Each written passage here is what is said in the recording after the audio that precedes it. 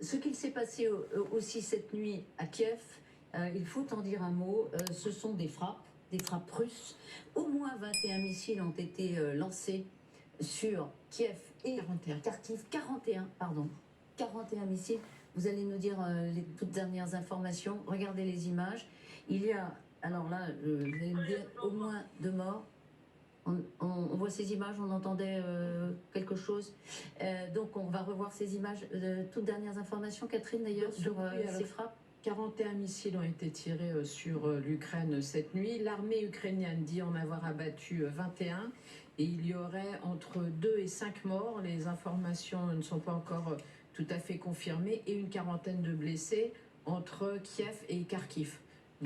41 missiles. 41 missiles, 21 interceptés.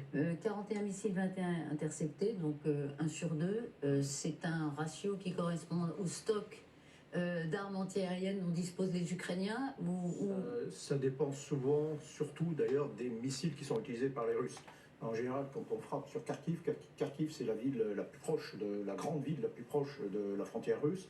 On frappe avec des missiles, les Russes frappent avec des missiles S-300 antiaériens. Alors je peux vous confirmer si vous voulez, oui c'est ça, S-300, S-400 ouais. et 5 sortes de KH. KH-59. D'accord. Ce que je veux dire par là, c'est qu'effectivement, les Russes utilisent des missiles antiaériens pour frapper au sol, avec cet inconvénient que ces missiles ne sont pas du tout précis. Et ils sont relativement faible portée. Donc les Russes les utilisent pour frapper essentiellement sur Kharkiv, sur les villes qui sont à proximité de la frontière. Mais en même temps, ce sont des missiles qui sont extrêmement rapides et qui sont difficiles à intercepter.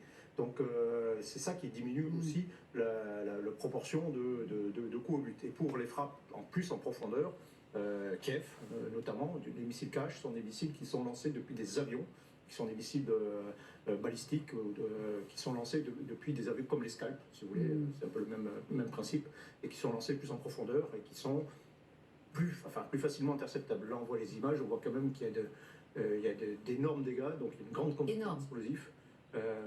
Énorme débat à Kharkiv, qui est une ville déjà très éprouvée. Hein, oui, bien sûr, qui est à proximité de la frontière, qui a connu des combats à l'intérieur, hein, il faut quand même le rappeler, contrairement à Kiev. Qui était préservé, en tout cas le cœur de Kiev était préservé. Donc oui, tout ça s'inscrit dans une campagne. Hein. Faire une seule journée de frappe, en réalité, ça n'a aucun sens stratégique. Ça veut dire que les Russes ont accumulé effectivement des stocks de missiles et qu'ils veulent exercer une pression sur la longue durée. Donc régulièrement, ils lancent des salves. Alors c'est toujours des salves, là aussi, pour essayer de dépasser, de saturer un peu la défense ukrainienne et pour avoir un peu un effet de masse.